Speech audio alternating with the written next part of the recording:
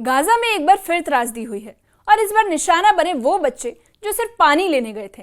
Israeli सेना ने Gaza के नुसैरात शरणार्थी शिविर में एक पानी बांटने वाले केंद्र पर हमला किया, जिसमें 6 बच्चों समेत 30 से ज्यादा लोगों की मौत हो गई। स्वास्थ्य अधिकारियों और मौके पर मौजूद लोगों ने बताया कि हमला उस वक्त हुआ जब लोग पानी की भारी किल्लत के बीच 2 किलोमीटर दूर से पानी भरने पहुंचे थे। मरने वालों में जाने माने डॉक्टर अहमद कंदील भी शामिल हैं।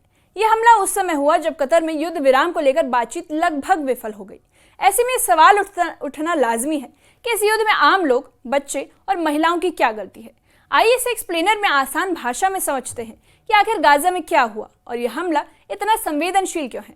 न्यूज़ 18 के सोशल मीडिया प्लेटफॉर्म पर आपका स्वागत है। मैं आपके साथ साइमा परवीन। गाजा पट्टी के नुसैरात शरणार्थी शिविर में रविवार को एक जल वितरण केंद्र पर इजरायली मिसाइल से अटैक हुआ। मौके पर मौजूद लोगों के मुताबिक लोग करीब 2 किलोमीटर दूर से पानी भरने आए थे, क्योंकि इलाके में जल संकट चरम पर है। तभी अचानक बम गिरा और सब कुछ तबाह हो गया। लोग चीखते हुए इधर उधर भागने लगे। इस हमले में कम से कम 10 लोगों की मौत हो गई, जिसमें 6 बच्चे शामिल थे। 17 से ज्यादा लोग घायल हो गए। अल अवद अस्पताल ने जानकारी दी कि मृतकों में कई बच्चे और बुजुर्ग थे। हमले का वीडियो भी सामने आया है, जिसमें बच्चे खून से लथपथ जमीन पर पड़े हैं। यह हमला ऐसे समय पर हुआ जब गाजा में ईंधन की कमी के चलते जल वितरण केंद्रों पर भारी भीड़ जुटती है। यह हमला मानवीय त्रासदी का सीधा एग्जाम्पल बन गया है।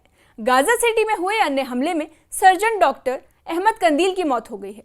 वे युद्ध के दौरान हजारों घायल लोगों का इलाज कर चुके थे और अल अहली अस्पताल जा रहे थे।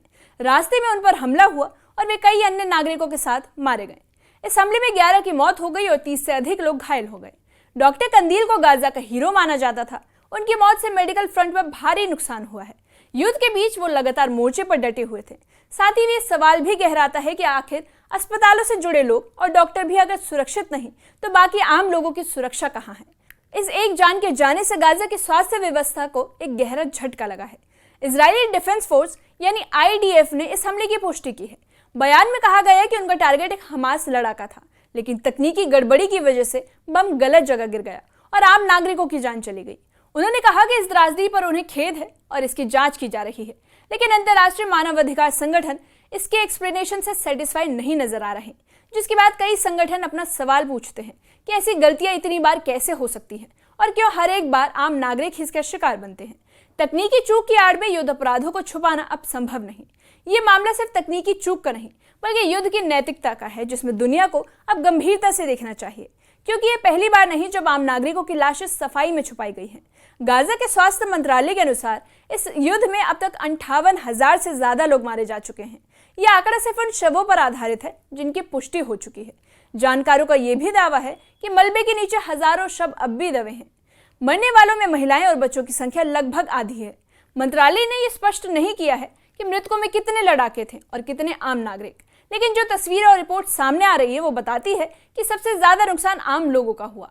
हर दिन दर्जनों नई लाशें अस्पताल पहुंच रही है। वहीं कतर में चल रही युद्ध विराम वार्ता अब लगभग ठप हो चुकी है।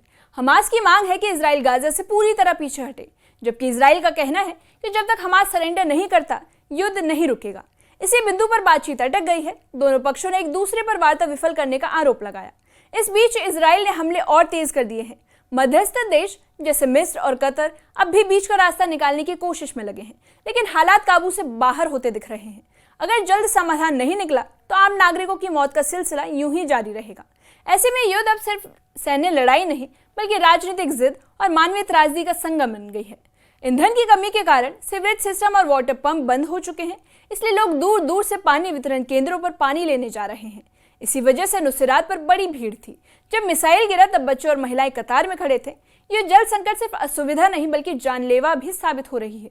बच्चों की मौतें इस बात का सबूत है कि इंसान की मूल जरूरतें यानी पानी और सुरक्षा दोनों छिन चुकी है।